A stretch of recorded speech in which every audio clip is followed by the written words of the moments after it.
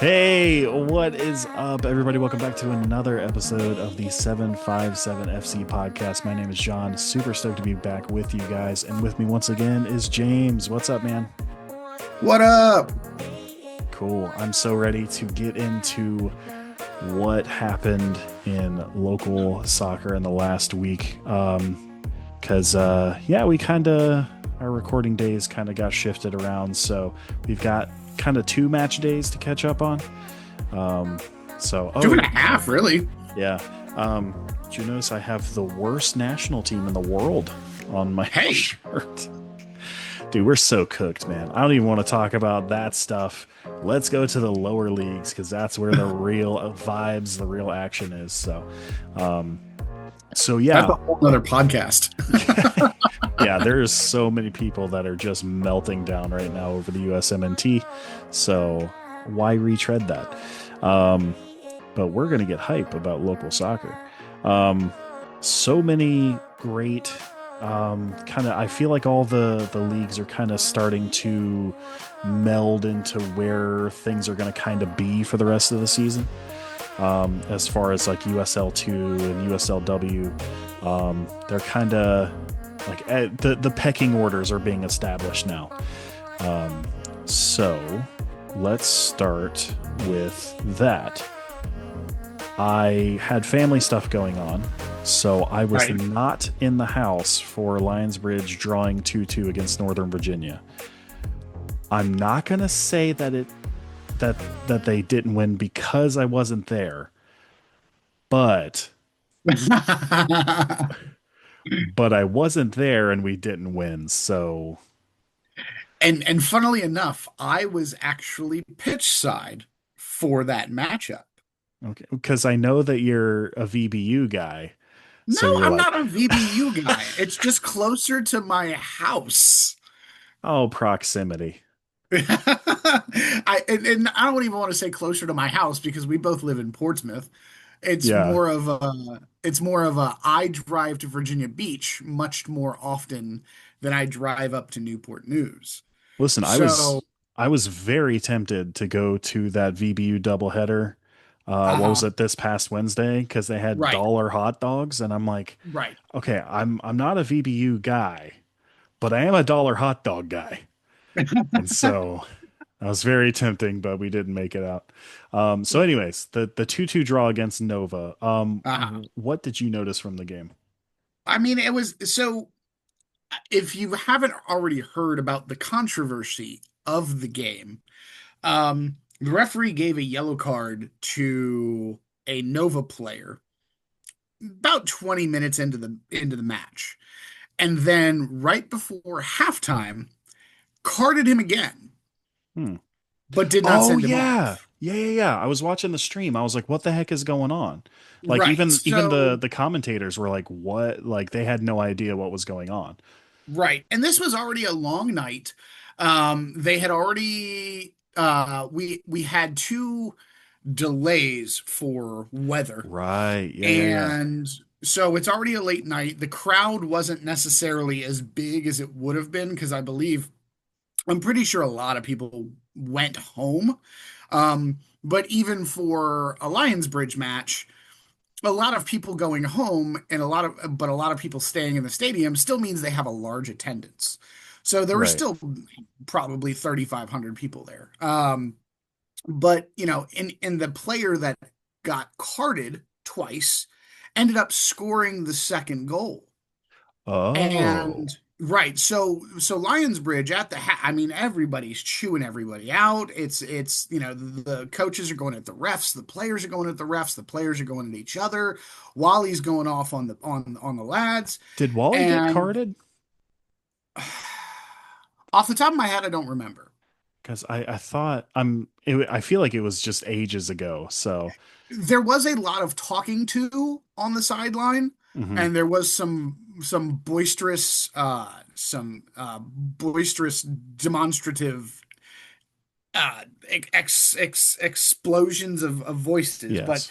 I don't believe a card was produced. But second half, genuinely, literally, this is about as out of the gate as you can get. Second half, right off the jump, 32 seconds into the second half, Lions Bridge goal. Right. And Yeah. that just gives everybody life. That gives the crowd life Again, and Felix that was Evald, kind of the man, that kid thing. is the truth. Oh, absolutely. And it's one of those things is it's not like Lionsbridge did not have their chances in the Oh yeah. first half. The first half could have easily been 2-2. And at the end, a lot of the players were actually upset that they didn't win the match just because of the fact that they outplayed Nova over the course of a Oh 90. yeah. Absolutely. Um, I mean, I but watched the then stream, so I was able to kind of glean those things, but again, like the commentator was kind of confused about what exactly was going on the pitch, and mhm. yeah, there was a lot of that confusion. But I, while yes, Lionsbridge absolutely outplayed Nova, um, and both teams still stand undefeated. Um, I still kind of see this a little bit of worrying thing with Lionsbridge where like we're leaving a lot of chances on the table. We're not finishing our meals. And Tell that to Marauders. true. Right. So yeah, like we did score the most goals ever. And so that's what happens when a confident Lionsbridge team, because I mean, think about it. Every single player on that pitch is a Mhm. scoring threat. The defenders, Yes. scoring threat. Lincoln Yes. Ulrich, defender, scored this gorgeous, and we'll get to it in the Mhm. Annapolis game. But yeah, so that was one of those. I feel like it was one of those draws that felt like, even though it was come from behind, it should have been 3 points. It should have. Um, And but it is it's what one of it those is. things too, is the way it kind of turned out. So Adam is one of the guys that interns. He does some of the media for Lionsbridge, and we are sitting on the end line, fan side of the end line. And we're just talking kind of, and it's like 60 seconds, 67th, somewhere in the mid 60s. And we're talking, and he's like, "Hey, how do you think the match is going to end?" I said, "It's going to be 2-2 at the end of the match. Sam Hall header on the backside." And he goes, Stop.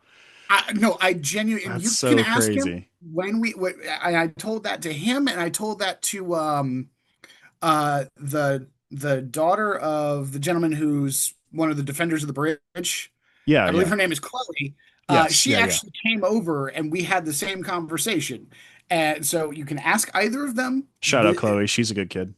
She's great, awesome, awesome fan. From my mouth, I said Sam Hall backside header 88th minute. And sure enough, as we get into it, he gets Sam on, he gets Trey on, he gets a couple of the other guys swapping out. Trey puts in a long ball throw in, and Sam Hall, doink, backside Yeah. header, 88th minute, right in front of me. That's where the reel came from too. Yeah, yeah, That yeah. I I saw that. Yeah. threw up. If you haven't checked it out, go look 757 Soccer Chat. I've got a reel of the goal. You can see it's right on Trey. He throws it in the whole nine. And so I go over to Adam like a minute later and like I'm hype. And he's looking at me like I'm crazy. He's like, what is it? I was like, dude, I called it. And he thought about it. He went, "Oh my God, you called it." It was I genuinely 757 wish. FC podcast, elite ball knowledge. Absolute elite ball knowledge. We are Immediately, I knowers was of just, ball. it was the greatest, it was the greatest feeling because I'm just like, I felt so vindicated. But to call the minute, the player, and the location of the goal, Yeah. that's a crazy trifecta. He does kind of love that kind of backwards flick header. Cause really, I Hmm. mean, like that was just kind of his version of like putting a cross in, really. He was just trying to get it in front of goal for somebody to tap it in. Right. But, you'll take those all day long if you could just put it Hmm. in yourself, you know? Yep. So yeah, that ended 2-2. Probably should have been plus 3 points, but split points is fine. And then midweek, moving on to away at Well, Virginia Marauders. we wanna hold on though before What? we go to that game because that same night, VB United had another crazy one Okay, what against happened with that? Charlottesville. Okay. They were down to 10 men in the first 5 minutes of the game. Dang, what? Yes, and they won 1-0.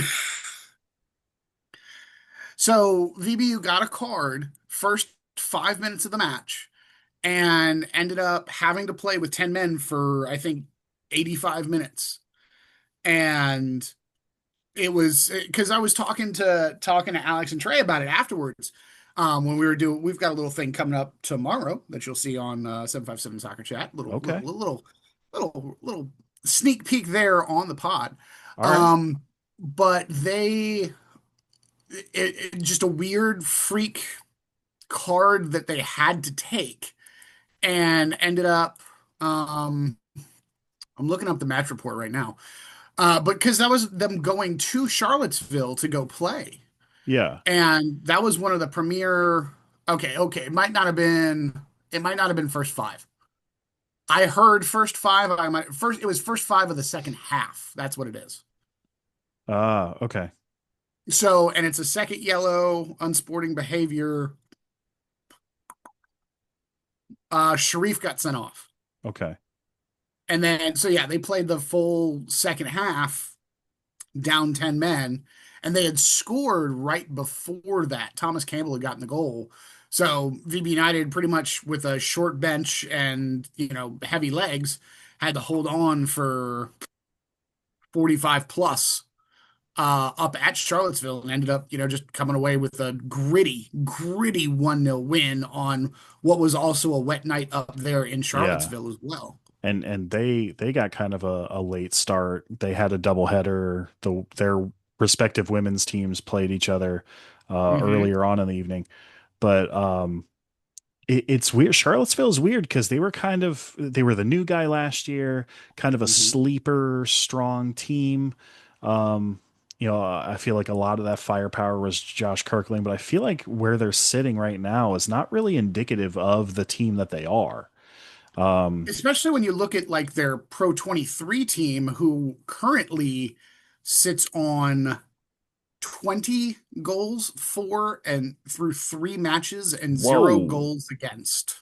They haven't conceded in Pro 23 yet? They have not conceded. They have Holy scored cow. 20 and they have won all 3 matches. They beat Ashland Town 5-0. They beat FC Richmond today 7-0. Holy cow. And they beat They beat Churchland Churchland. last week. It says officially 8-0. Dang. So yeah, they're on a tear. So I would So imagine maybe too. send those guys up. That was what I was just gonna say. I imagine seeing a few of those Pro 23 kids start making their way towards at least the bench Yeah. for Charlottesville United, especially, or Charlottesville Blues, sorry. Yeah. Especially, which here's an odd one. If you're looking at the standings, Charlottesville is behind Marauders What? because USL2 operates on It's the the points points per per. match model. It's such a dumb. And because Anyways. Charlottesville has played 6 matches and Marauders have only played five, and Ah, Charlottesville has one more loss, Marauders is on 1 point per match, whereas Charlottesville is on 0.83 points per match. it, and I get it. Like some of the divisions are lopsided, and Hmm. so if you can't play even games, that's kind of the best solution. But a bad solution shouldn't be your best solution. I don't know. Like it just seems so silly. There's so Like, many things in life you can apply that yeah, to. I know. Um, Vomit because bucket or turd sandwich. right. So like Annapolis Blues were sitting at the top and they've played half the number of games as Right. Lionsbridge. And of course, the league is glazing them like a donut because they're like, Hmm. oh, 12,000 fans and it's a league attendance record. Like, and okay, listen, after this game last night, I will talk all the trash. I'm looking directly at you, Annapolis Blues.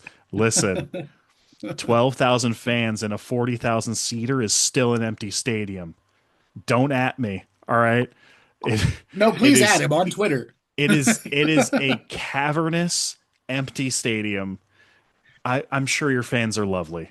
I'm not. When you can still read Go Navy at the top sections of the stadium, Right. it doesn't, because that's the thing is like, what do a lot of these USL 2 teams do to make it look less cavernous? They take those giant pieces of plywood or those giant tarps that have Yeah. the the advertisements on them, and they cover entire sections of their stadium Yeah. to make it look more attractive and aesthetically pleasing. Right. And instead, it just says "Go Navy." Yeah, I mean, empty seats don't look good on camera. And listen, their production values are great. Wasn't the guy that what was his name? Dave Johnson, I think I used to be the voice of DC United, is like part of the ownership group. I think I might be talking out the side of my neck. It's a great program. They run it really well. They did great in yeah, NPSL. It is a well run, well organized, very professional, and I can tell that they're gunning for at least a USL League One team. You gotta promotion. you gotta get your own stadium because it's cavernous. And also get some ball kids. Like they were griping at Lionsbridge about the clock management. If you had some kids around the touchline, provide like we're not chasing loose balls around the whole. Anyways, that's just me. Listen, the supporters, they seem like lovely chaps. All right. But listen, it tasted good. That was some good crab last night. All right. We eating good. We eating good tonight, baby. You're such a Um, fanboy. you're the journalist. I'm the fanboy. You're right. We are the semi-professional podcast. So back to yeah, week of 531. So yeah, that doubleheader in Charlottesville, Virginia Beach United's women won up at Charlottesville 3-0, which is a great Yep. result. They seem to be doing pretty well in the Comprehensive result for them. Yeah, it's yeah, big.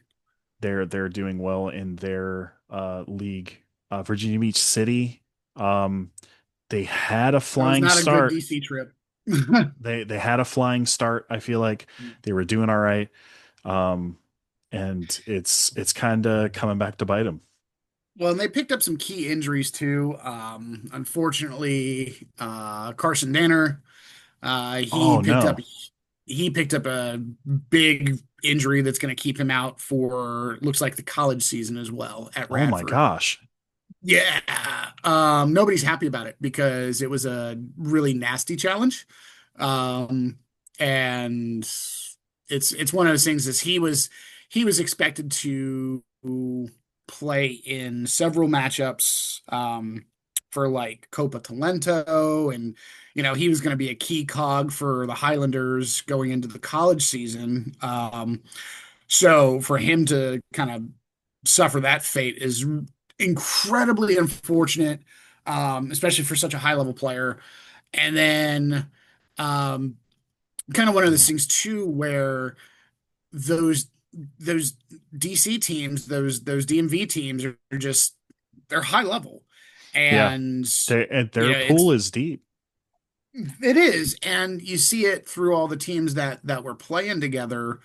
Um, if we're looking at NPSL now, VB City sits in sixth in the Oof. division, and I don't want to say that the dream is done for necessarily for advancing to the playoffs, but it's a super tough road from here Yeah. that requires some big results at home. Now, VB City does have four home matches over the course of the month of June.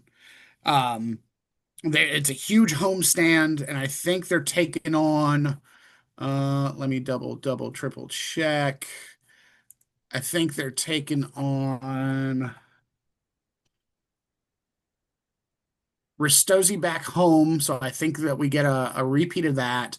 I think we get Dream at home, so those are the top two teams. We might get District Elite down here. Here we go. It won't look to the actual specific Yeah. I mean, team. Yes, it will. so really, this result against Ristosi is going to be huge because it doesn't look like Right. anyone is stopping Dream. They're running up Oh, the score. They're running away with the league. I Oh, don't we don't know. get Ristosi again. Oh no. Okay. No. Um, So it's well because it looks like there's 8 teams in the division and there's only 10 matches that you play pre-playoffs. So, and actually it's an incredibly favorable schedule over the next four at home. So, Grove United, who we played uh a month ago and only lost 2-0. That's a winnable game. Alexandria Reds comes to town on the 17th. District Elite FC, who is actually underneath VB City, on the 21st. FC Frederick, who is also, I think, sitting in seventh, they come on the 28th. And then to end the season, if they're in some kind of weird playoff need to win matchup, they'll have to do it at Dream oh on the my 5th of July. gosh. Yeah, Yeah, it's they're gonna have to yeah, lock in for this home stand if they're gonna make a playoff mhm. run for sure. They're gonna need some help Genuinely too. like 10 points plus uh moving into to get through the month of June, probably to end up in a second or third position to put themselves in that spot to take it. So, it's tough. Alexandria, they're sitting in the third spot. They've only played 3 matches though. So we'll see how much more they're worth in their salt. Grove United sitting 2 wins, 2 losses. DMV Elite 3 wins, 2 losses, and a draw. District Elite 1 win, 3 losses, a draw. Frederick 4 losses. So that should be a win. Um, just NPSL isn't Farmers League anymore like it used to be 10 years ago. Um, there's actual talent, there's actual players, there's actual skill and um genuine ability. So yes, it's nice that we have the outfit that is competing at a high level in the league, but if we as a club and as a fan base and as a region are going to continue to get better in NPSL, we're going to need a couple of things. We're going to need another team for NPSL to Yeah, to step up and provide a second 757 option. And VB City's just going to have to get better. Um, and it's nice. It's nice seeing the group of guys that have been brought in this season, and it's nice seeing that they've been able to put together quality results and put together a couple wins, and hopefully we'll get a couple more by the end of the year, by the end of June. Um, and I think the 5 win target is achievable, but that's not enough. And yeah, that's just being blunt and honest, objective. That's not enough. Dream is running away with they're 43 goals for in 6 matches. that's bonkers. They As go an on a adult they go on pre-professional a side. yeah, they go on a US Open Cup run and all of a sudden they're feeling themselves heavy. And Hmm. yeah, they just decided that they're going to crush NPSL. And honestly, um, if they don't win a national title or at least make a deep, deep run in the national playoff, I feel like that's kind of a disappointing run. Like, I don't care if you score 1,000 goals. If you're not Hmm. lifting a big, shiny trophy at the end, that's a Hmm. disappointing season.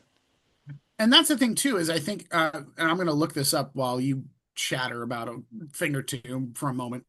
Yeah. But depending on how the playoff structure is, I don't know if it's 1, 2, or 3 teams that go through into the next round of the playoffs or whatever after the Yeah. ten match regular season. But It's always you know, different every year.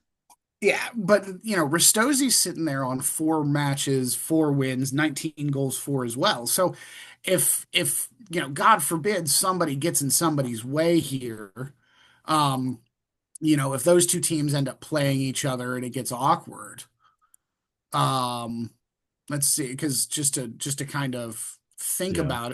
think Because the way about it it looks right now, ahead. that's a comfortable 1-2 spot there. Yeah, those And two teams so, play on the 14th, so this weekend.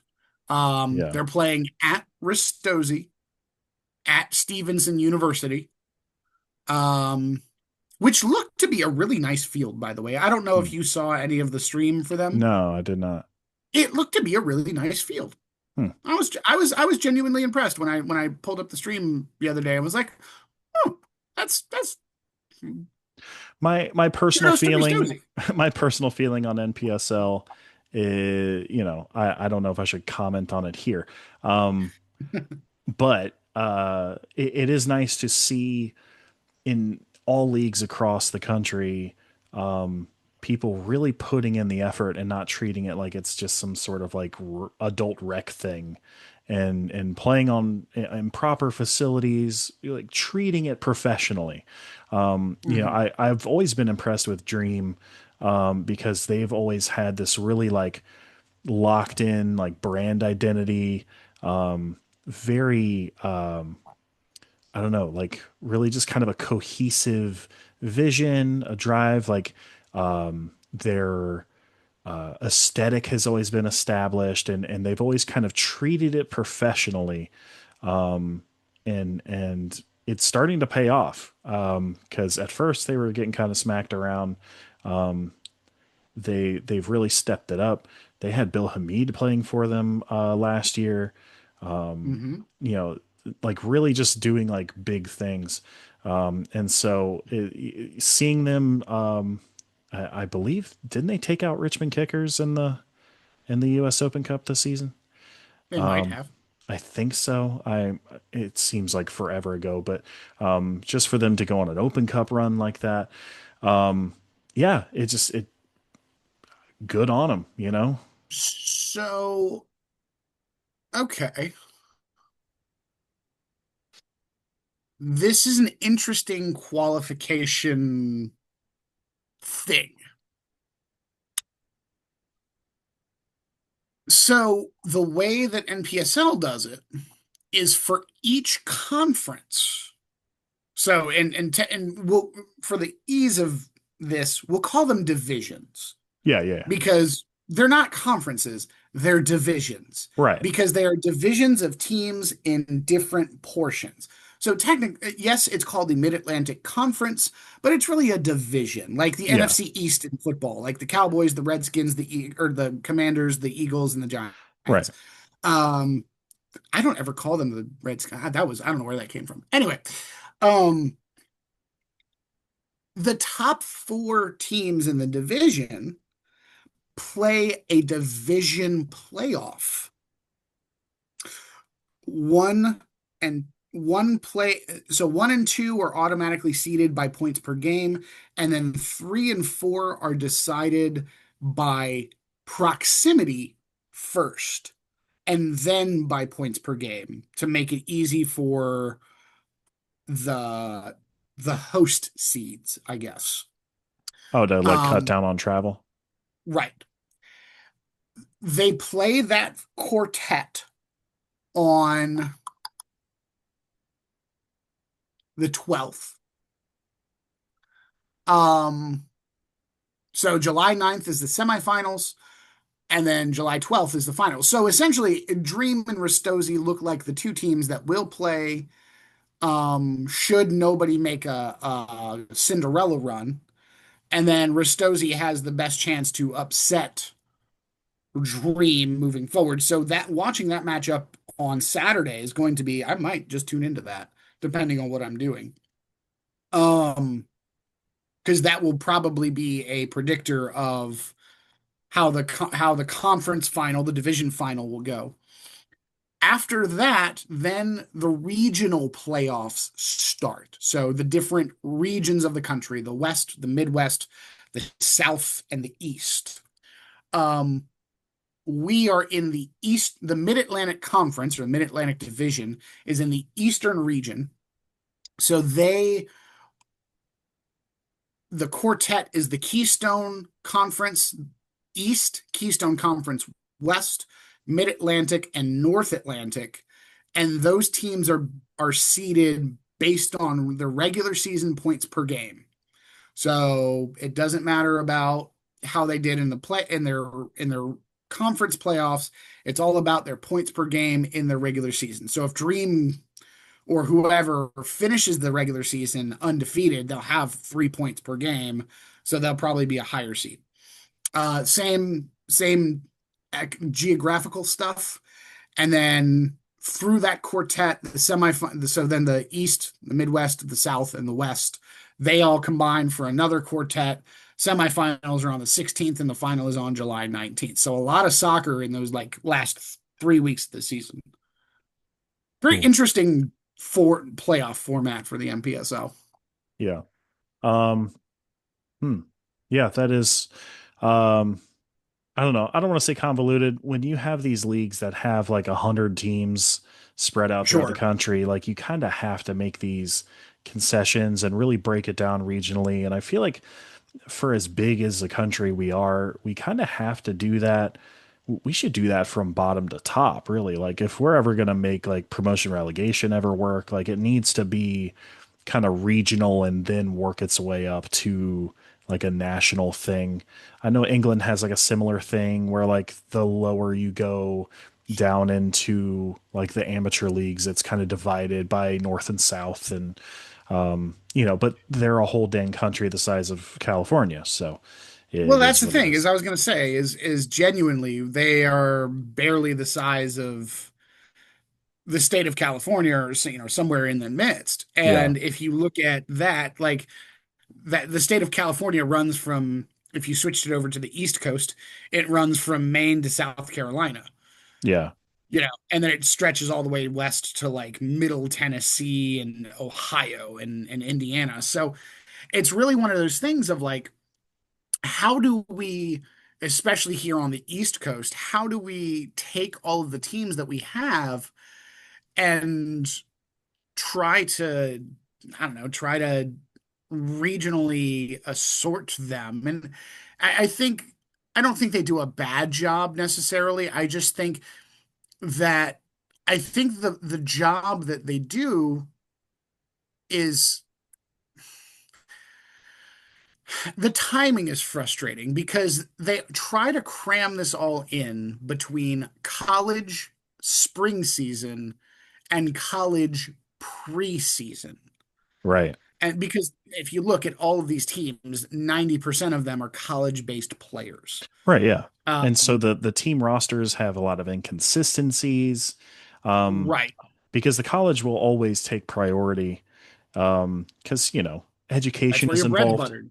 Yeah, like that. These are the people offering you an education, and Hmm. yes, there is windows open to get spotted and go pro and get offered contracts, but a lot of these guys are scouted from around the world to be brought to colleges here in America to play for the opportunity to get an education to further their education, um, using sports as a vehicle and not necessarily like, oh, I might like MLS is not like this big prize to be, oh boy, I hope I can play in MLS one day. It's like if you want to do that, you're going to find, a lower European nation, a Scandinavian league of some kind, as you know what I mean, and try to get noticed there and work your way up there. Um, Yeah. you come here for the opportunity to learn and grow and network, and there's so much opportunity here. It's like we're a land of opportunity. Maybe I'm Huh, feeling I'm yeah. feeling extra Yeah. patriotic because I'm wearing my USMNT shirt, but Didn't you um, say that was the worst national team in the world? Why are right we going right that now, way? yes. We can't even beat Turkey, um, mainly because our A players won't show up. But that's neither here nor there. Um, so yeah, I do want to. We've got a lot of ground to cover and not a lot of time to do it in. Um, Fastball it. so we do. So Hampton Road Soccer League is Yep. fast approaching. They did their preseason matches, which were really just like little 45-minute teaser games because of weather. Right. It is our thundery season right now. So Ole Sporting topped Mandem. I feel like I had to say Mandem Mandem. I have to say, Mandim Run three up to to one. Mendham, yeah, and we should get it. There's a whole thing about that. We shouldn't be Yeah. bothering to No, try, but true. we're gonna we'll bring in representatives Yes, for the culture absolutely. to help us be less awkward about it. But The for the most time being, Caucasian guy possible saying Mandim. yeah, Um, exactly. Just So Ole Sporting uh, topped Mandem 3-1, and again, right. these were just 45-minute matches. As a preseason, I believe they're getting started this coming weekend. Yes, the Yeah. 14th. People's Choice, who won Hampton Roads Soccer League last year, topped 757 Young Boys Hmm. 2-1, and then Navy Mid Atlantic, who I'm a civilian working for the Navy, so I feel obligated to throw my support at Navy Mid Uh-huh. Atlantic. Thank you, Department of the Navy, for feeding my family for the last 20 years. Um, I know. 5-1 over Merci, which again at the half is pretty gnarly. So I hope we see some. I'm trying to come up on the fly with some Navy analogy. Hope to see some cannons firing. I don't know, Fire dude. the cannons. Yeah, yeah. I don't know. Sound like the Tampa Bay Buccaneers I write these announcer things guy. better than I come up with them on the fly, but so hopefully they do well this season. So yeah, looking forward to that. Looking forward to the Hampton Soccer League. Looking forward to talking more about that in future episodes of the pod. Because I Hmm. think it's important, like we're talking about these national amateur leagues, but having a local based, local supported, everyone is local soccer league to where it's competitive Yep. and not just like intramural stuff. Like this is really cool. And the fact that like it's been organized and it's happening, like it's a thing, is pretty And it's sick. going to So continue to be a thing. yeah. So all right, let's hop into midweek this past week. Oh There man. were a few different games. So Virginia Beach United had their doubleheader at home. Um, the men played against Annapolis Blues, and the women played against Virginia Atlantic. So, were you there? Did we want to cover Wave really quickly before me? Oh, so was this past weekend? Was this APSL playoffs? Yeah, and it was frustrating. Yeah. So, our friends at Wave did get they did get routed by Northern Virginia. Uh-huh. In Again. in the APSL playoffs. I don't know if Nova plays a different squad in APSL and USL League Two. I would imagine they Oh, they probably do. do. They most definitely do. Yeah. So that was 5-0 to Nova. So Wave will try again with APSL next year, but they are playing in more competitions, which is a good thing. The more leagues that you can play in, the more experience that you can get, more players, the better. Mhm. So I'm confident that they're going to be back. Their regular season was they were on a pretty good run, but they kind of ran into it. Well, it's tough too because they had a couple of cancellations that ended up in being wins for them. And then they did beat the teams that they were supposed to beat. And then that weekend that um, they had the double header against the other two top teams in the Right. division. Because they were They just sitting third, and then they had a Saturday and a Sunday match back to back against numbers one and two, right? something like that, and it was one of those things where they a combination of they didn't show up and then they didn't finish the matches. And I was at the Nova game, the first one, and for the first 15 to 20 minutes, they bossed the match, and then they took their foot off the gas for some reason and gave up a couple before half. And then trying to get back in it, they made some mistakes that that really hurt them. And coming out of that, it was one of those like, okay, we played badly, can we do better? And then the next day they did not play better. And even with those two losses, they still ended up as the second seed. So they were supposed to play a team called Jessup Yeah. from Maryland, and then somehow that match got tossed, or that matchup got tossed, and they ended up playing Nova again. And from what I've heard and from the people that spoke to me, they they didn't play well. They didn't play their best, and unfortunately, it resulted in a rather one-sided loss. But there are learning experiences to come from this, and there Yeah. are They're still a there are very young team. correct, and that's the thing is it's an opportunity to say, hey, there are levels to this. There are things that yes, we might do well, but there are also things that we can work on and improve to move to that next level. And I believe that in the future that, they're already playing in EPSL or APSL in the fall. They're already set up for that. And I believe NPSL is a goal as well for them, if not USL. So Yeah. I feel like NPSL might be a good jump for them.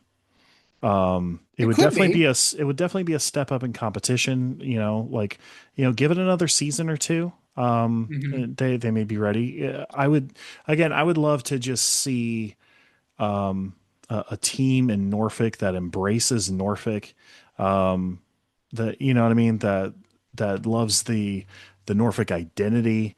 Again, like Wave also has like a solid branding, a solid kind of identity, kind of a cultural identity. It's there, and I want to see the fans find them, the support find them, the backing, the sponsorships, like because I feel like they do have big aspirations. They do a lot of great training work with kids, and I feel like I think from what I've heard that getting youth soccer as a part of what they do is part of their plan for the future as well. So yeah, I hope that they can organize this stuff and really give, um, you know, and I know they're Norfolk based because they play in Norfolk, but they also kind of represent Chesapeake, and they're all over kind of the South side here, and I wish the best for them. I don't know if they're Club Champions Pro 23 players are from the same pool as the APSL team. Um, Not sure kind of how Mhm. they're doing that. But, again, wish them all the best when APSL picks up in the fall. I know that if they keep pushing, they can really make a run of it. Um, so, yeah. And I think I'm trying to see, there might have been one more game we missed out on from last weekend. Mhm.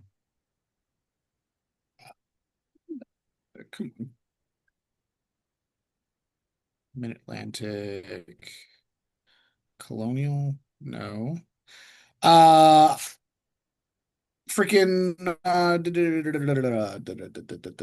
beach team, the Beach beach team. ladies, Oh, the WPSL squad.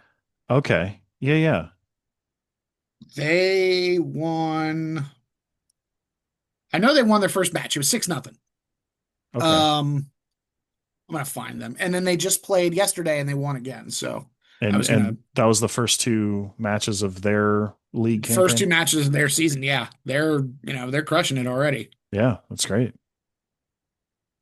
That's what's up. Um, They have I'll a find good it. You can move forward. I was they just have a good finding it. program out there at the old Hampton Road Soccer Complex. Um, Neat.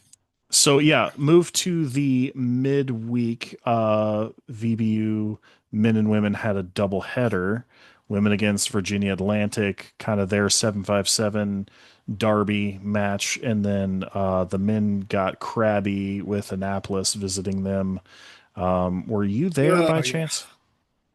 No, because that was home. No. That was So Wednesday. and there was some thoughts on that whole deal. Um, there's a contingent of people that are not happy that the men played first. That they didn't get the prime time spot. That correct, because there's this whole thing of like,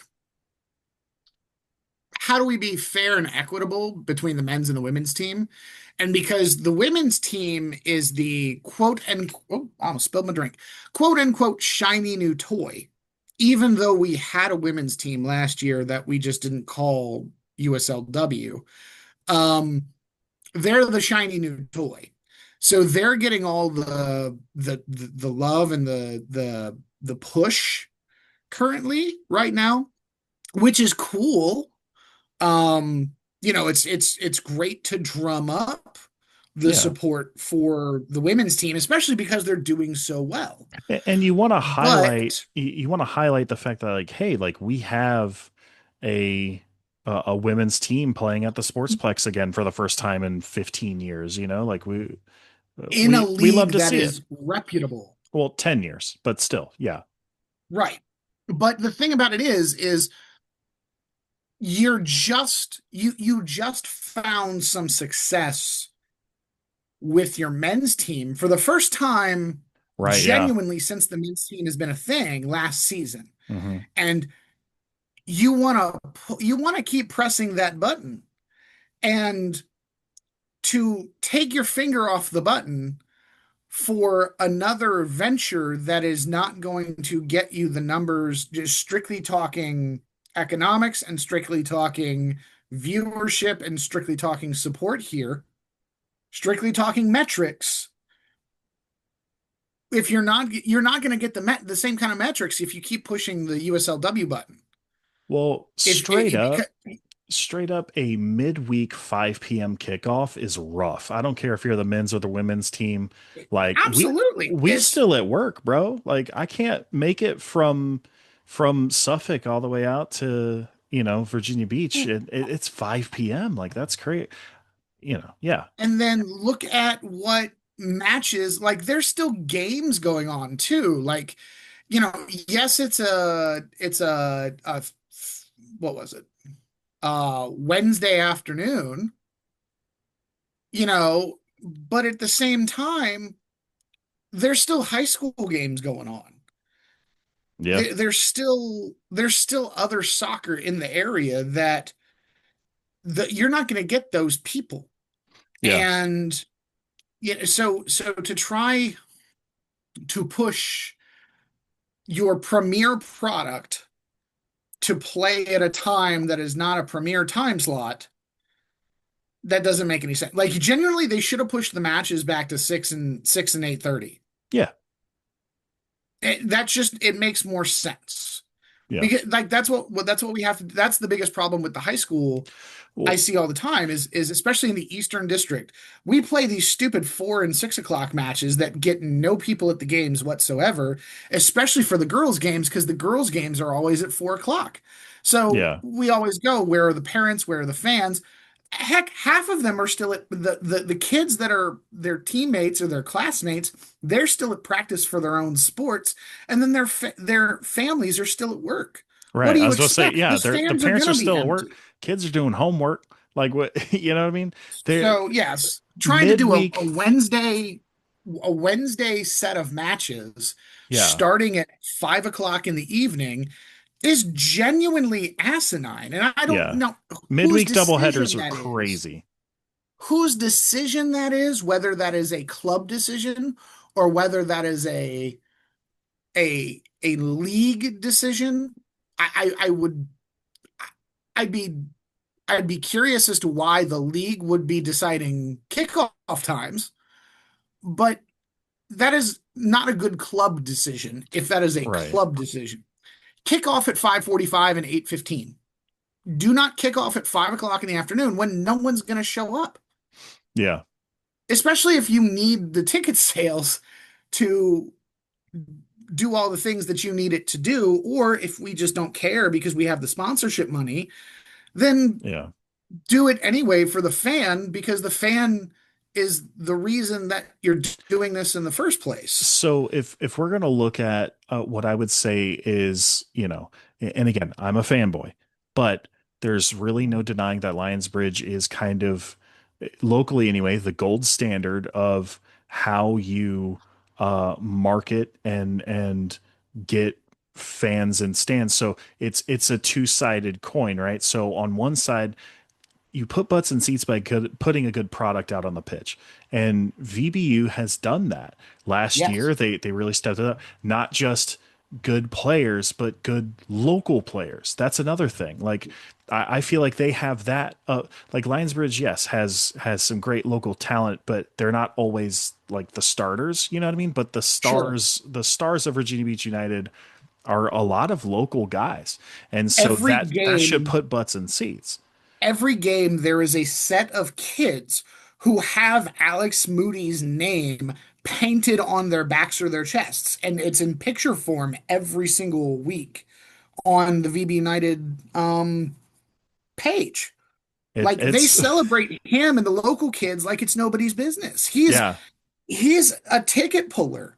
yeah, And that's the thing is like, yes, Sam Hall and Isaiah and Trey and like a couple of these other guys who are and relatively like staples of Lionsbridge or right, staples of the 757 community for Lionsbridge. right. They get talked about, but I don't think I've gone to a single Lionsbridge match where anybody's had a player's name painted on their chest. It's all fun and games till I roll up bare chest. Yeah, Just put the whole roster on there. yeah, yeah. No, y'all don't want to see that. But the other side of that get butts and seats coin is the family friendly aspect. Um, Absolutely. our community is just so family driven. Because I feel like it has a lot to do with even like our big military presence. Like it's just a lot of families, like for the most part, like we're all kind of locked into our different pro teams from around the country that our dads might have been a fan of, or what. Like my dad's a big baseball guy and he's an Atlanta Braves fan. I'm like, Dad, have you ever been to Atlanta? Like Right. because we don't have pro stuff, but dadgummit, every kid in the 757 is a Norfolk Tides fan because it is a family experience. It's a thing that's for kids, and I feel like Lionsbridge was the first team to just be like, you know what, we're going to open this whole dang stadium and turn it into, a family event, food trucks and inflatables. And yeah, like, yes, soccer should speak for itself, right? But like kids want to come and hang out, and parents that I know from circles that I run in, it's just as a parent, like a non, just apart from my soccer life, like Mhm. there are parents that could not give one single crap less about soccer in Town Bank Stadium watching a Lionsbridge game because they get the kids in. The kids play soccer and they just all of the different things that they do, like outreach in the community and doing free clinics and doing all that kind of stuff, but also like making match day a good. And again, I feel like that's another thing that VBU has stepped into. Big inflatable things. I still think the whole like kids running onto the pitch during halftime is a bit too chaotic, but that's just me as a Right. concerned parent. It's just that's too much if you ask me, but it's Mhm. whatever. But they're taking the steps. They're doing the thing. They're getting the on pitch product better. They're getting the family experience better. And yeah, like they don't see the attendance numbers as high as they are when they play Lionsbridge because it's just exciting. It's a local derby, and frankly, Lionsbridge travels heavy, right? So, Mhm. but they can keep building. But doing a Wednesday 5 p.m. kickoff for your men's team is not going to get you. Like the hot dogs could have been like 5 cents, and I would have. I would have been there, but but it's like if the core uh, uh, demographic of people that you're trying to appeal to is still doing homework. If they're still on the bus riding home, like the you have to be able to schedule your games in such a way. And I get it. Like this isn't a pro league. Like maybe we're just really like fine tooth combing this But and no, no, no, blowing it no, up way no. bigger than it I'm needs gonna to be. I'm gonna crap on that. I'm gonna crap on that notion. Because damn it, if we want it to be good, then damn it, we need to do it the best we can, Yeah, I mean for the especially in an league area to like this. Yeah, for the league to glaze Annapolis as hard as they did for attendance numbers, like if this is going to be a metric that the league has going forward of like whoever has the best attendance, and it's not just Annapolis. Like there's other teams. I'm trying to. I think there's one in McKinney, Texas, that had like There's one in 4,000 Iowa, there's one in people. There, Vermont. right? Like all of the big attendance, and they're always like reporting numbers.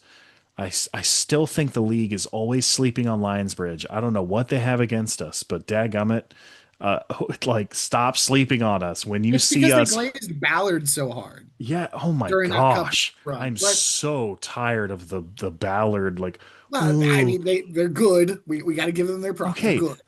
they're good. I know. But my thing with this is like, especially because Pro Rel is coming. And if we are going to have outfits that want to say, hey, we deserve to be in the conversation and we deserve to be promoted, we deserve to be boosted up, we deserve to be seen, then we have to look the part. We have to play the part. And Lionsbridge, for all intents and purposes, is the part. They are, as you said, the gold standard for what it means to be a lower level side succeeding at both on and off the pitch exercises and efforts. And VB United, for all intents and purposes, even though they are putting together good results now, that has not always been the case. And they are still not fully getting their off the field things correct. And whether that's they're trying in the wrong way or whether that's they're just not good at what they're trying, I'm not going to sit here and pick and pull and speculate on the individual attempts at what they're doing, but as a whole, it's not good enough. And I'm not saying that it isn't good, it's just not good enough yet. Can it be? Absolutely. There is still so much room to grow for that club. And I'm going to do everything that I can. And I know you're going to do everything that you can. And the community, hopefully, that we revolve in is going to do everything that they can to help this club continue to grow and be better because soccer in Hampton Roads and in the 757 can only get better when these two teams continue to push each other to new levels. Right? Lionsbridge will eventually get stale if VB United is not right there with them, pushing them to be better. VB United is going to get completely stale if they don't have Lionsbridge to chase all the time. If Lionsbridge starts going up and up and up. Um, Yeah, but saying that, hey, look at the one good thing that we did, we can't just sit on that laurel. And I think that that's happening a little bit right now. And I think that there can be more done to make that not the case for VB United because as it sits, their on the field product is good. They're still in third in the division. They're still a little bit behind Annapolis. And they've got what? I don't know, 7 games left in the season, 8 games left in the season. And if we want to do that 1-2 thing again, like we did last year, they're going to have to pull some results and really hope that Annapolis doesn't do the same thing. Um, because otherwise, they're going to be in that situation where all of a sudden they're on the outside looking in, and now they have to make do with, all right, where did we not grow on the field and where did we not grow off the field? Whereas Lionsbridge will not be in that situation. Lionsbridge will just continue to say, okay, how do we grow more off the field? How can we grow more on the pitch? There won't be a fallback from last season to this season. If anything, the team's doing better this season than they started off last year. Yeah, I would agree. I feel So, like we're playing better ball this year for sure. right, even with the things that you and I have talked about their shortcomings, Mhm. even with the missing the chances, they could be 7-0 right now if Oh it yeah, weren't for a couple of missed easily, shots. easily. Yes. So Lionsbridge doesn't have that problem right now of they're not looking at their situation right now like, oh, what if we don't qualify? Because they're in the top dog spot. But VB United, the people who make the decisions and matter, they have to be looking at the position that they're in and going, eh, they can't be comfortable. They don't have to be upset with where they are at, but they cannot be comfortable because where they are currently sitting is a prickly cactus. Yeah, And they their are their kind of on the butt's bubble. planted right above it. Right, they're on the bubble because 1 and 2 are the only two teams that come out of the Chesapeake division. Yep. So, and if and Annapolis already beat you once at home Yep. at a game that you scheduled at 5 o'clock in the afternoon and got no Yes. home support for with a Mhm. dollar hot dog night. A Tell dollar me hot why dog, guys. How do we lose that? how but genuinely, why do teams run those promotions? It's to To get get butts and butts seats. in seats. Mhm. And when the promotion doesn't work and the butts don't show up and you get your ass kicked at home, That's a bad look. that's a huge, like, and I'm getting a little worked up about this Hey, hey, go off, man. because genuinely, I want this to succeed so incredibly badly for everybody in the area because when it succeeds, all of the kids that are in high school that are playing at a high level all of a sudden are going to get more chances. All Yep. those kids from Kellam and Ocean Lakes and Lansdowne and all those schools in the beach, all those schools like Hickory and Great Bridge and all those guys in the Southeastern Division, all the kids from Portsmouth and Norfolk and even on the peninsula, they can find another spot at a good club to increase their skills, to get seen by college coaches, and to continue their soccer dream. That's what this is about. That's Hey, what USL2 is for. yeah. That's what these lower divisions are for. And the more opportunities that we can give to our own home base, the better. So I'm going to be I'm going to be super critical because I care and because if we can do better, I'm going to point it out and say we can do so much better.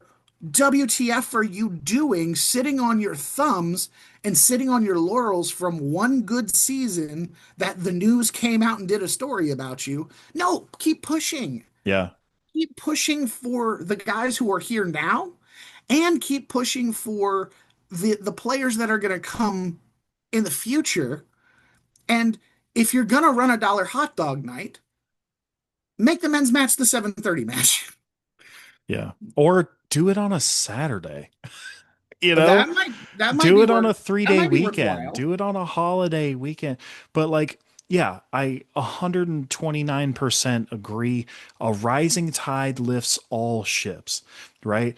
VBU and Lionsbridge getting better, it benefits Ole Sporting and it benefits Merci and it benefits People's Choice and it benefits Wave and it benefits VB VB City City. even. Because more interest, more, like you said, more opportunities for these high school kids. Where's the next Alex Moody? Where's the next Trey Barrett? Where's the next Isaiah Chisholm?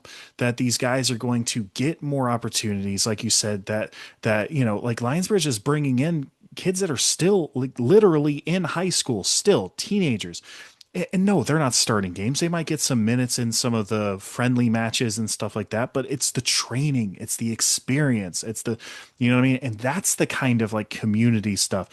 Yes, the guys that start are going to be from England and Spain and Brazil and Cyprus and all over the world, and they're here for college, and that's great.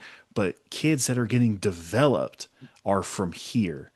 Their families, Mhm. and seeing what friendly was it? It was the one against I think it was the one against Greenville United where Caleb Perry got And he I think he got subbed on with like 10 15 minutes left in the yep, match. And I clocked his parents. It's static. The sure. hype that wasn't, like that, like all of the blood and sweat and tears of playing this beautiful game from the time that you're 5 years old up to now, like, and yes, like you're still a kid, and the future is bright, but to see all of that hard work pay off by just being able to put the shirt on and step on the pitch and battle it out with dudes that are far your senior, and Yep. you know what I mean, like that's opportunity. That's part of the community buildup. And yeah, like it, VBU needs to do More. more, Hmm. more. Like I think about Lionsbridge did one of those free soccer clinics in the morning. It was the vlog that I did, and I'm Yeah. sure I've talked about it before. They do the free soccer clinic in the morning, and it's just like different stations where kids separated by age group go around and they practice different things, and then they uh, make their rounds, and they uh, uh, have this experience where they're being coached by kids, or they're being coached by players, and then they get to come back later that night, watch them play, and then the next morning after match day, it's a league match, and the next morning all of the team go out to the Peninsula Food Bank and they're packing food boxes. Hmm. That's what I'm talking about. That's community engagement. That is what a club, you know what I mean? Like Hmm. show up places and do kick arounds and truly invest in kids. Like they're running summer camps, and they're showing up at Suffolk FC, and they're showing up at different places because, and yes, it's good PR and it's good advertisement, but more so it's, we love this game. We want more kids playing it. Yeah. We want more kids to fall in love with the sport, like Hmm. period.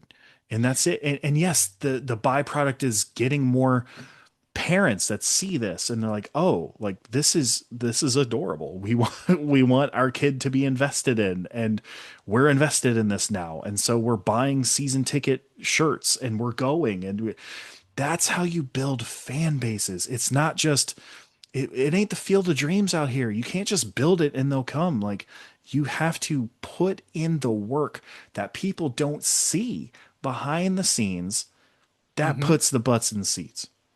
Or in Lionsbridge's case, they're showing off the work that they're doing and they're making it evident to their community. And in that endeavor, it makes them more endearable to their community. And, here's the thing is if VB United are doing those things or are, I'm not going to sit here and crap on them and say, hey, they're not doing those things at all, or they're not ever going to do those things. There might be plans in the works that I have no idea about. I am not part of the ownership group. I am not privy to the plans. I hope that they do those things. I hope that there are plans in the works for them to be more community centric instead of more business model like. They do have a fantastic, I say fantastic, I don't know. It's just an adjective I threw out there. They do have a relationship with Virginia Rush, and that's Virginia Rush's home base is the Sportsplex. Yeah. Um, and I'm sure that I'm sure they do stuff with Rush. that's kid based and community based. I just don't ever see it on their socials. They don't really promote that sort of stuff. They don't really push that sort of stuff. And the other thing with that is Rush kind of has had in that portion of the world has had a weird reputation for a long time since I was a kid playing soccer that they never quite really got over. Um, because of the fact that Rush was a national conglomerate outfit that just sought to put high level soccer clubs, hello, bug, that sought to put high level soccer clubs in different communities where soccer was a thing. And when they first started in the beach, they poached a lot of players, and then it was very weird, and people were very proud that they played Rush, but a lot of things happened with their ownership group and with money and with COVID and things over the past 5 to 10 years that um, that pulled people away from that club. And Beach, has done a lot of community work to get stronger as a club and to build their own model of um, success and sustainability. So Rush finding a home at Virginia Beach United as a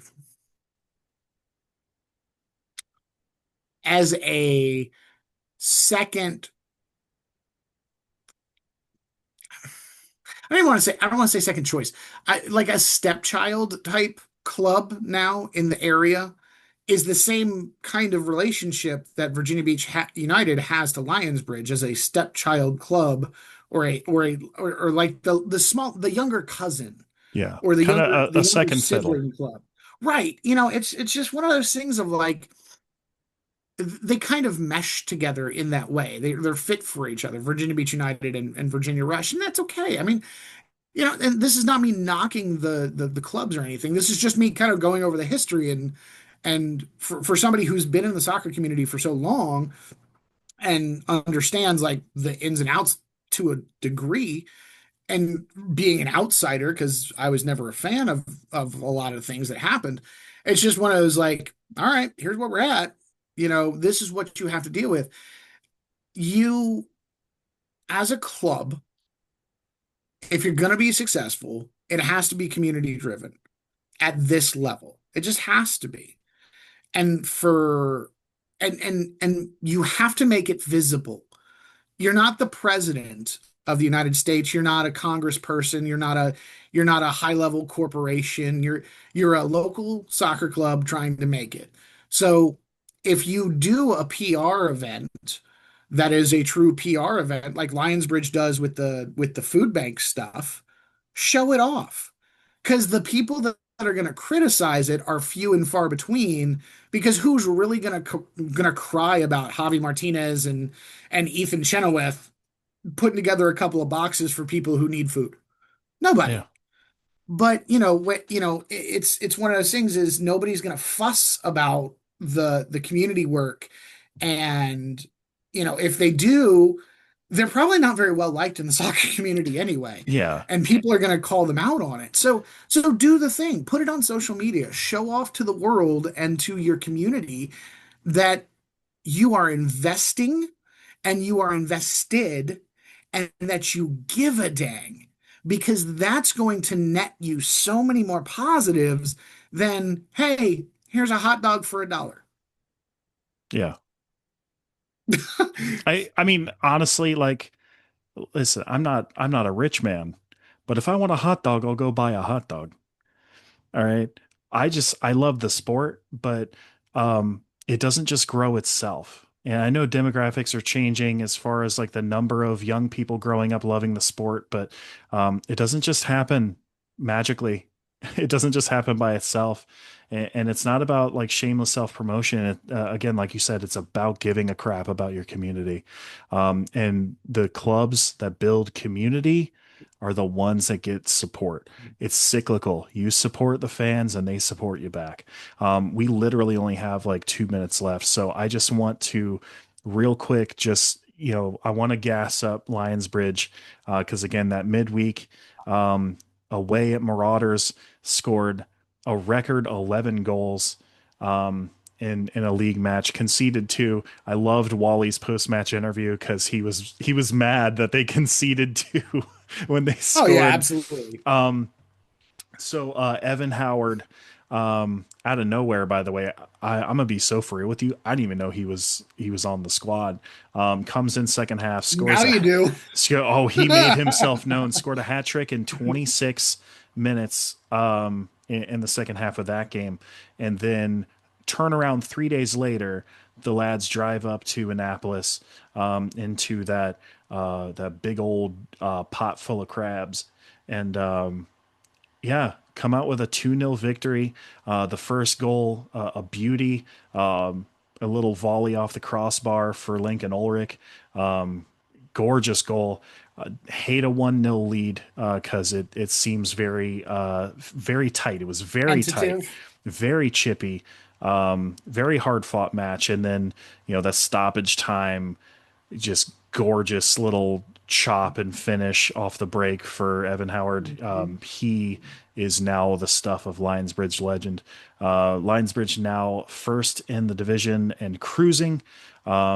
And yeah, To give so VB United their credit, though, they did beat Christos this weekend, they big three did. two win. Yes. At And home, they took care of or no, not at home. They went away. They took care of yeah, business. Um, Big on them to stay within the division, get to that third win.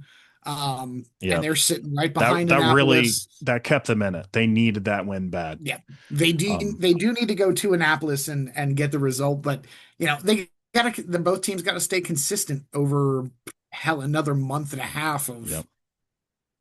Yep, for sure. audaciousness. All right. So yeah, after that big Lionsbridge 2-0 win up at Annapolis, and then Virginia Beach United at Christos with that much needed win. Yeah, We had also in Annapolis, they kind of had their own doubleheader. Virginia Atlantic went up there for the women's game before the Lionsbridge game. And Annapolis made some work out of Virginia Atlantic. That was a yeah, 5-0 victory for them. yeah. Unfortunately, Atlantic is just not. They're not clicking right now. They played VB United twice. They played Ivy, and now they played Annapolis.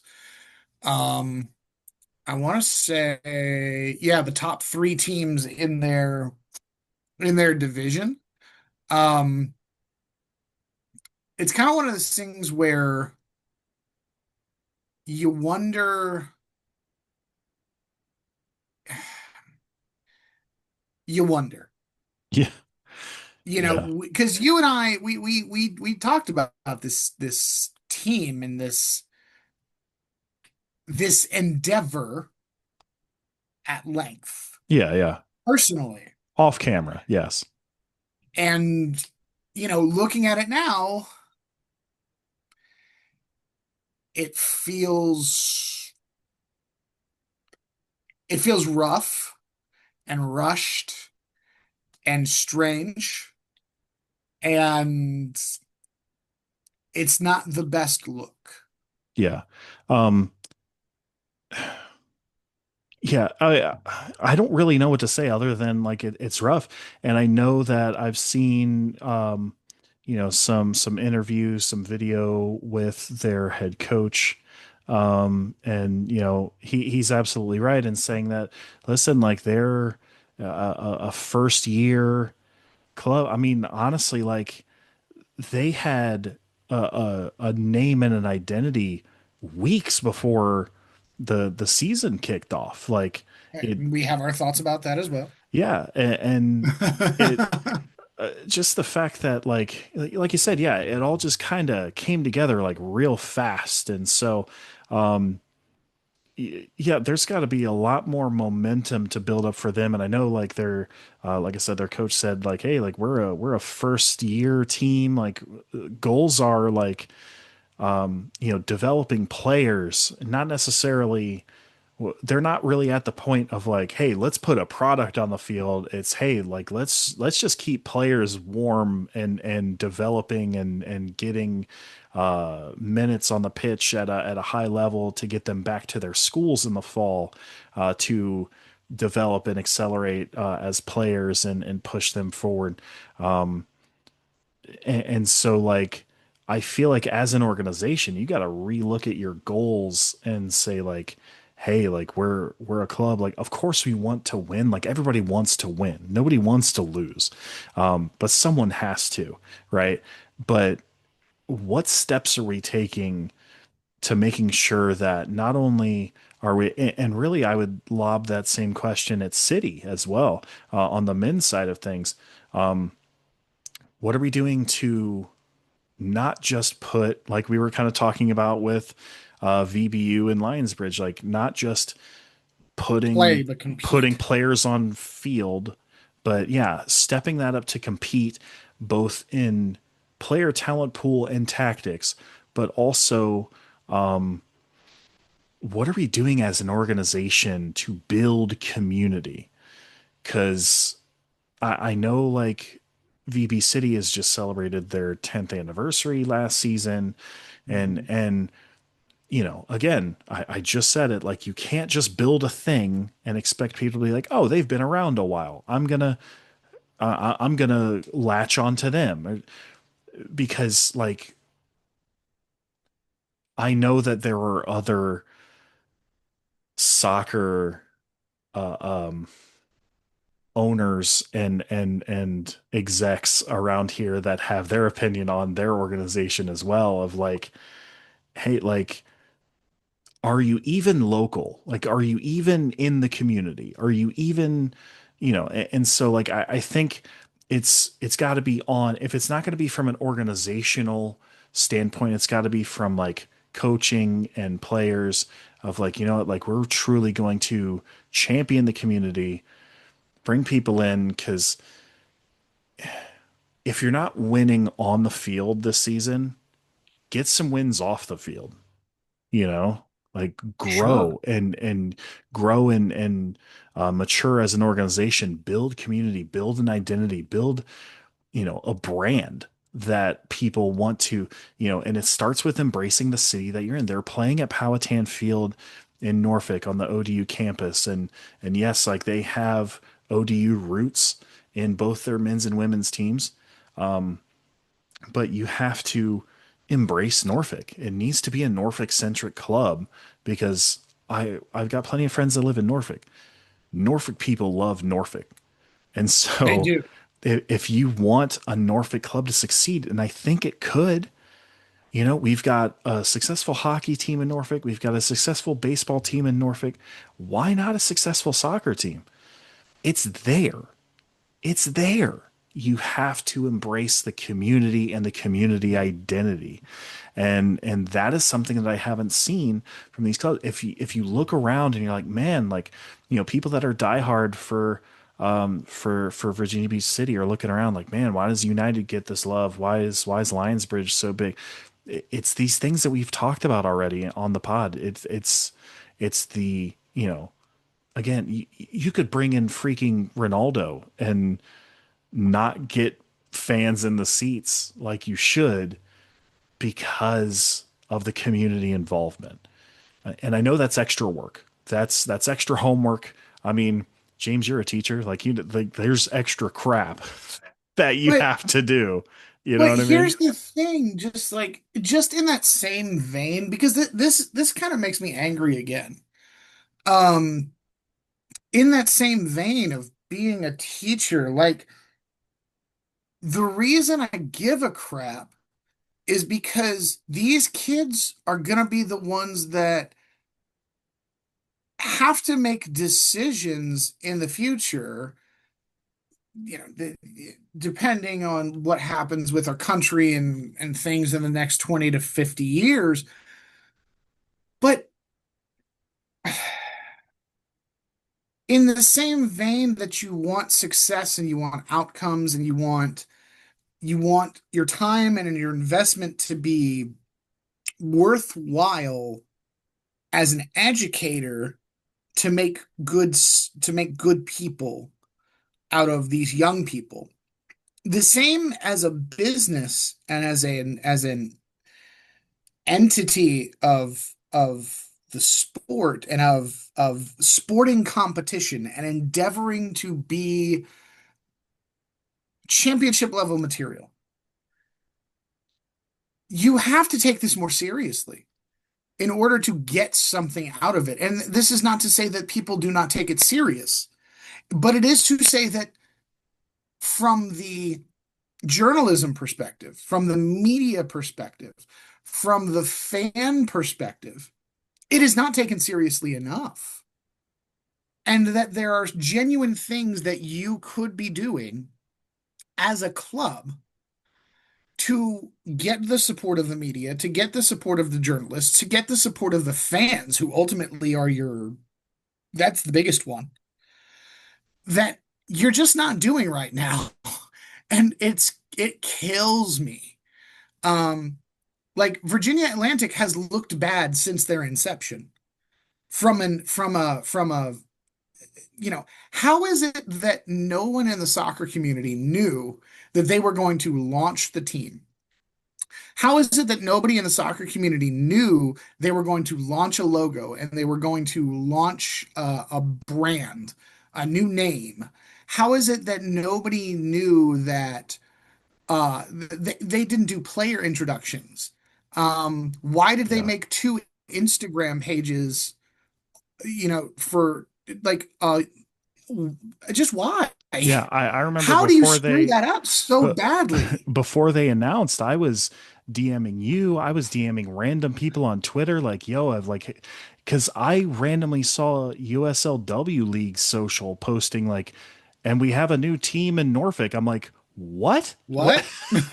Right. I hadn't heard a whisper, a faint unicorn fart, a little toot of a whisper of a team that was being another women's team being established here, two in one seat. Like that's sick. Like this should be on the news. This should be in the paper. This should be like two pre-professional women's teams launching in our area at the same time in the same league after that being gone from our area for 10 years. That should be that should be newsworthy. That should be noteworthy. But like, and this goes back to marketing. It's not an accident that a club like Lionsbridge every year has interns that are majoring in sports marketing as a part of their organization because that's important. It's get eyeballs on what you're doing. We shouldn't have to figure And this out from like some sort of we exist doing what we're doing right now because these organizations suck about sharing information because we were so tired of having to figure all this stuff out ourselves. It's reading oh man. hieroglyphics sometimes, having to go to these different janky websites and figuring out. I don't care. Like, I just want everything in one place. Please, for the love of all Yeah. things holy, And that's consolidate information. you just struck the $1 million idea for you and I. Why do people frequent our stuff? Well, they Because frequent that's your the only stuff. place. Well, I mean, yeah, but but that's the thing is I want you to be a hub of I want you to be a hub as well, the same way that I am for like high school stuff. But that's why I endeavor to do this stuff with you, and I'm pushing for us to have more visibility and more notoriety, I guess, and more the community trusts us, right? Yeah, yeah, yeah. I and that's, as you kind of alluded to, that's kind of a problem. Because there's nothing wrong with trusting somebody who is a random fan or a random media person to be a know-it-all hub for the information that you seek. Yeah. But the already established media outlets should already be doing that, and they're not. Yeah. Half the reason that people look at my stuff so much for instead of 757 teams, and I've had so many people over the past few weeks tell me this specifically, is for high school, I'm the place to find all the things. I make a scoreboard every night that everybody can just go to my page and look at and go, okay, this team won, this team won, this team won, and it's all right then and there, and then they go to bed. They're not scrolling Twitter for a half an hour looking for scores from the pilot or trying to message their friends of like, hey, do you know what happened in, at Hickory, or do you know what happened in Menchville? Um, and we're turning into the same thing. Like, how many people were on the fact that Virginia Atlantic was going to even exist until you and I found out about it? Yeah. I, So, I so that in and of itself right. is Well, frustrating. not trying to glaze us, not saying like nobody would No, know they exist not at without us, all. but the fact that like there's nobody just like, hey, Virginia This is Pilot, hey, anti-glaze. yeah, like, well, because so the one Us thing, schmucks should not be doing this. no, no, we should not be in this conversation at all, frankly, because this is not a professional podcast. This is a semi-professional podcast. Um, but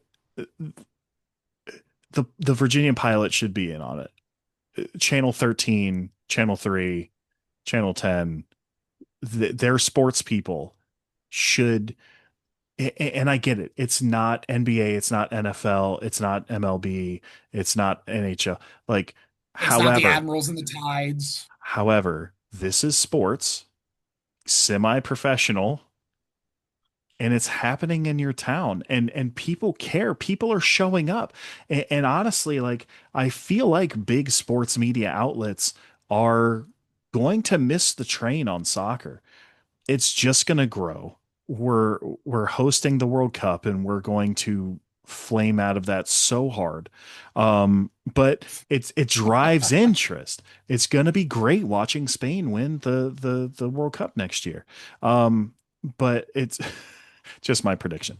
But what I was going to say is that the thing that we're doing that the organizations should be doing instead of us, because again, we're just two doofuses with webcams and microphones, is you're making all these graphics for your Instagram page to share this information at a glance, and we're working our fingers to the bone on Canva and CapCut and all of this like crappy free tools to do this Right. stuff They're because not free. Some of them.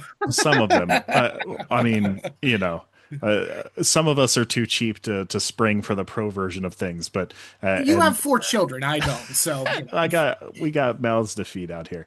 there you Um, go. but the difference is we're giving more of a crap, and we shouldn't be. We That should should not not be the case. we should not be caring. Us two doofuses should not be caring more than the organizations who are putting product on the field. Correct. And that's not scary, but that is, should be alarming, Frustrating. frustrating. Yeah, because like I I want to see y'all care more. I know the players care. They bleed for this sport. Whatever badge they're wearing on their chest, they bleed for it. And that's admirable. Every time that whistle blows, it's a fight. They go to war. That's great. But the people in the box on top of the stadium, the people who are wearing the shirt and tie that are signing the paychecks, they don't always care as much as, you know, us.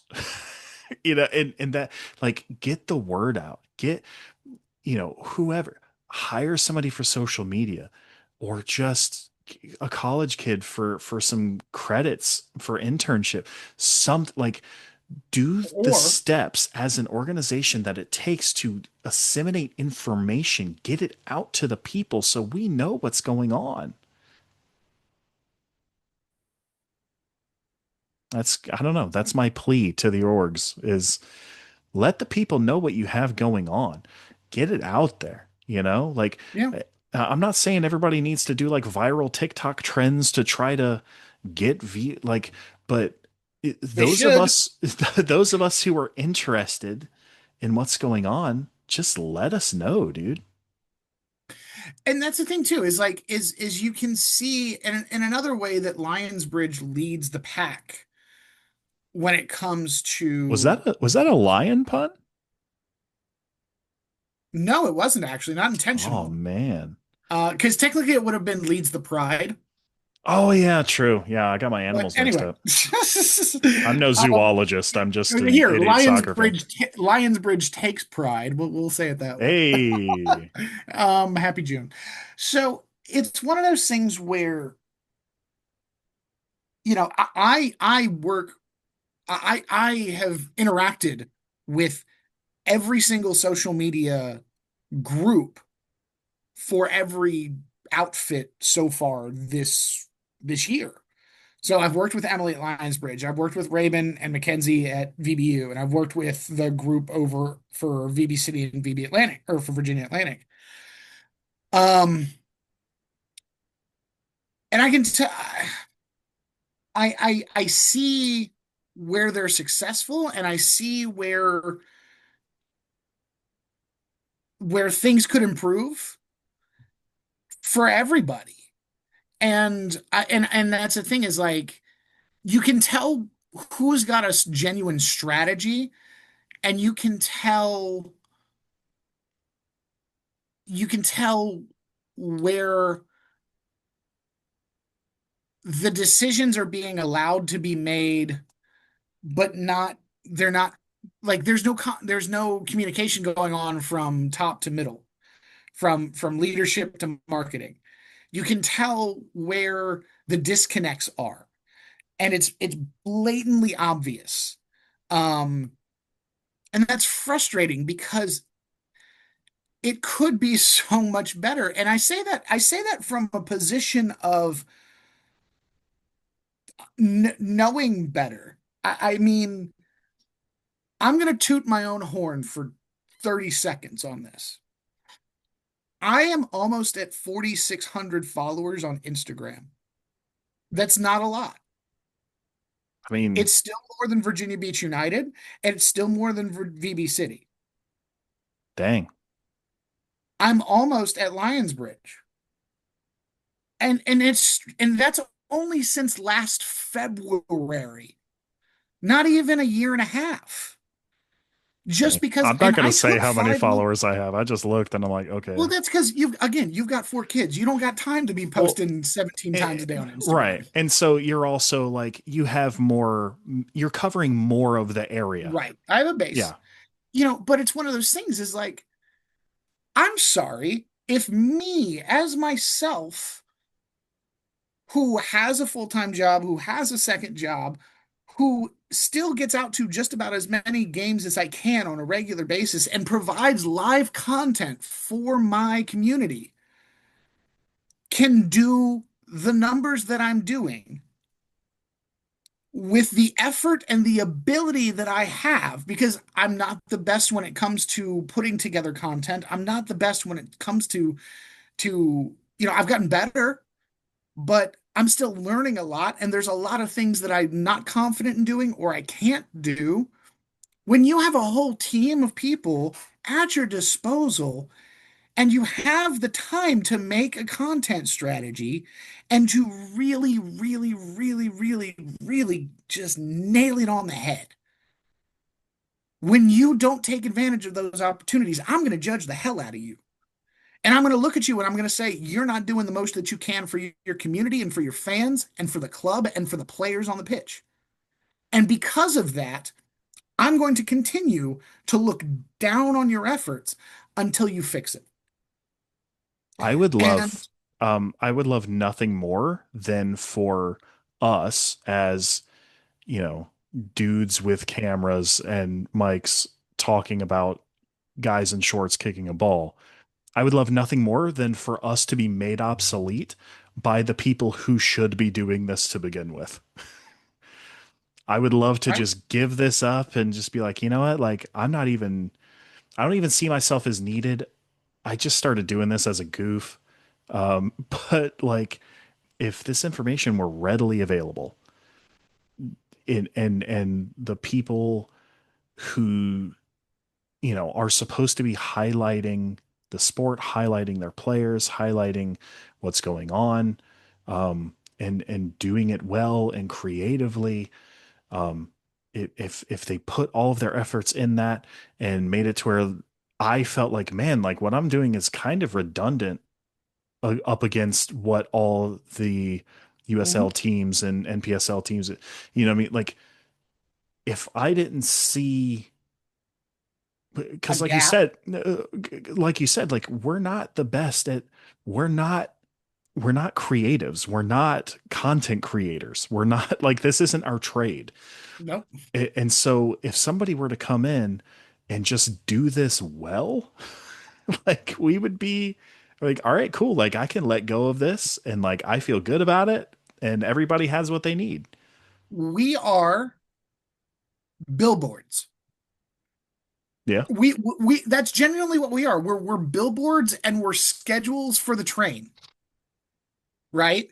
If you yeah, want to know if you want to know when a match is going to happen, you look at one of our pages because we've already posted content of when it's going to happen. yep, it is the pinned post on my Instagram page. All of our calendars, your list of matches. When I do my calendar cutouts and we share stuff, we collab on stuff, we repost stuff, we put it on our stories. We try to make it as visible as possible for these clubs. And then even then, we take the club's graphics and we repost those graphics to our stories as well. We try to make we try to make them as visible as possible to our communities so that we as a whole can continue to support the clubs that we have now come to know and love. And if that isn't what this is about, I don't know what is. So, and again, back to my point of I know all of the different social media groups. This is not a knock on any of them because Right, I know all of them personally, and I think they do within the parameters that they are allowed to operate. I think they do a fantastic job, right. especially when a lot of them are interns who are brought in with very little vision and very little Direction and heads up, yeah, and again and given very little direction and just told by the suits, hey, do your thing. And I, this is an idea of what we want to do for the season. You figure it out, which isn't the way to do it. That's not how you do a content strategy. right, But this isn't a knock on them. This is because they do fantastic work, and I love the work that they do. right. They do the Um, best they can with what they have. they're like us. Just Hmm. that's their job versus or their position versus like you and I, we do this as media and as a fan. Hmm. Um, but it's one of those things is I am going to continue to be as long as I'm doing this. I'm going to continue to be a thorn in the side of the people that don't want to hear it because they need to. They need to take care of their people. They need to take care of their base. They need to take care of their community because otherwise they're going to not exist. And we're starting to see the Yeah, ramifications of them not giving a crap. yeah. And honestly, I'm so tired of seeing soccer teams in our area die because of piss poor management. Absolutely. I should still be a Virginia Beach Mariners fan right now. We all should. We should all be Piranhas fans. Yes. And I don't even know if that was like, poor management. Again, that was kind of like a doing the best we can with what we've got. Dadgummit, I should still be a Norfolk Sharks with an X fan. All Oh right. man. Oh, I Should we do an wish, episode about dude. the Norfolk Sharks? I wish. So hear me out. How cool would it be is like through this venture, you and I end up bringing the Sharks back? Dude, honestly, sometimes I think about like, wouldn't it be hilarious if we had a freaking our own HRSL team or something I, like that, or start like a Massel team or something. we can talk about that later. We can talk about that later. Oh my I gosh. have thoughts. Okay, I have thoughts. And we can talk about that later. we got to get sponsors, man. Hey now, As long as I can wear a suit on the dude, sideline. if you wear a suit, I'm showing up in like a Winnie the Pooh costume or Dude, something. yeah, just wearing I like will make it as unserious as possible. Crocs and sweatpants and stuff. Absolutely, man. Oh my gosh. Absolutely. Um, no, that would be super funny. But yeah, like, this whole thing, this entire episode honestly has gotten away from us. Uh, That's okay. That's but okay. and a lot of this may have sounded harsh and ranty and stuff, but Good. um we just want this thing to succeed. Like I said, we should still be Mariners fans. We should still be clubs shouldn't die because of money or lack of support or lack of interest or we have the facility. We have the Virginia Sportsplex. We have the Right. fan base in Newport News. We have like all of the pieces are here. We should have a dope League One rivalry with Richmond. We should have these things. The 757 deserves these things. The soccer fans in this community deserve this. Hmm. And we're talking out of the side of their neck because at the end of the day, we're just fans of the game, and we've never run an organization at a pro capacity. Like we don't know what it takes to get all of the things required, the money and all this stuff. There's so much extra crap that we can't even possibly fathom, and I get it. But Pretty sure we could guess. if you think enough and there's enough information available readily to get there, but Right. um, having enough money or fans or good players isn't going to fill in the gaps No. that genuinely caring will fill.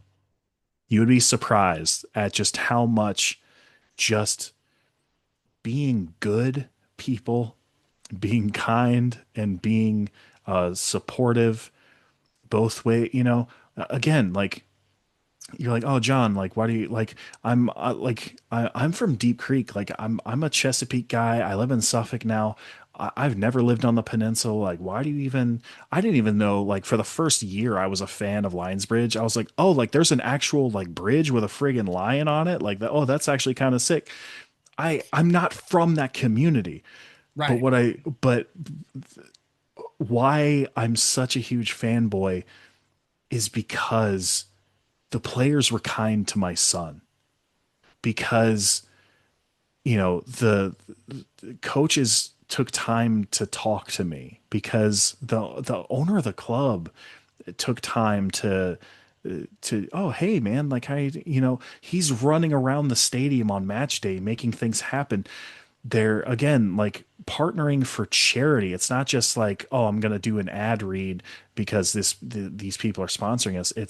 It's like we're supporting causes. You know what I mean? Like they care about people. They care Hmm. about the people that are in their stadium. They care about the people that are living in the near proximity in their community around them. Like to just be a kind person goes such a long way. And soccer is such a community driven sport. It's not just a corporate thing that you can, the NFL could pop a team anywhere and be successful because because of the product. People are like, "Oh, American football, cool. Like we'll support Ah, that." right. But soccer is community. There are no helmets, there are no masks. You are staring at the player. There's something about that. Like you're close to the action. It's just, I don't know. I don't know what makes soccer so different from every other sport, but it's just such a community centric experience that to have fans that care, you need an organization that cares. And I think that with some nurturing, we can get there. I believe we can get there. I believe that we could support a pro team. I believe that wholeheartedly. I think Hampton Road Soccer League could grow. I think like I think that we haven't yet reached the limits of what we can do. I think that our area can produce a U.S. men's national team player. I think that we have not seen the heights yet of what our area has to offer, and it's only going up from here. And like I said, I hope one day that I don't even have to do this anymore because there's so many fans that are so much more creative and driven and want to do what we do and want to support and lift up. What we do is all about putting shine on the players and putting shine on the other fans and put, you know what I mean? I'm not doing this to like make owners of a club have a few more bucks in their pocket. I'm doing this to make sure that these guys that leave their town for the summer to come live here in like some mom and dad's house for the Yeah. summer to sacrifice their summer to hang out with my kids and you know play ball and not just try to win but to support a community. They deserve the love, they deserve the shine, they deserve the spotlight because they play for a college somewhere. They may not get playing in front of a few thousand fans at Town Bank. It may be the highest heights that they experience in this sport. And I would love for it to be such a good experience for them. That's why I do what I do. Yeah, the information's one thing, but like, this is my way of being a fan. This is how I do it. And so you can paint your belly with somebody's name if you want to, or bang a drum, or blow a vuvuzela, but I have a microphone and I want to highlight these guys that are spending their summer with us to entertain us and give us a fun time watching the sport that we love. That's what all this is about. That kind of just the one word that comes to mind is just passion. Yeah. And if that's not a passionate plea for For support local for our soccer. game, yeah. Support local soccer. That's what all this is about. Hashtag support local soccer. Amen to that. So, with all of that said, we are once again up against it. So I got to wrap it up here. I don't think we can go any further and not wrap up. That's actually I think we have officially solved soccer. There's nothing else more to do. We have gotten to the bottom of it, everybody. Until Wednesday when we've got to do something. We've got to record again. Yeah, well, something else will happen. Right. That's why I love the sport. There's always something going on. So, anyways, James, where can the people find you real quick? 757 Soccer Chat, Instagram, YouTube, and hopefully more. So sick. Yeah. So, like, comment, subscribe to 757 FC TV. That's my channel. Yeah, thank you so much for watching, listening. If you made it all the way to the end of this, drop a comment. Drop a comment. What do you want us to yap about? But most importantly, you're a real one for listening. Thank you so much for giving the time. Thank you so much for, if you're like us and you give a crap about local soccer because the sport is beautiful, make sure that you follow along with us. We got a lot more to come. So anyways, guys, thank you so much for watching. Hope to be back with you soon. Yeah. So anyways, for 757 FC TV, my name's John and I'm signing off. We'll see you next time. Later, James. Deuces.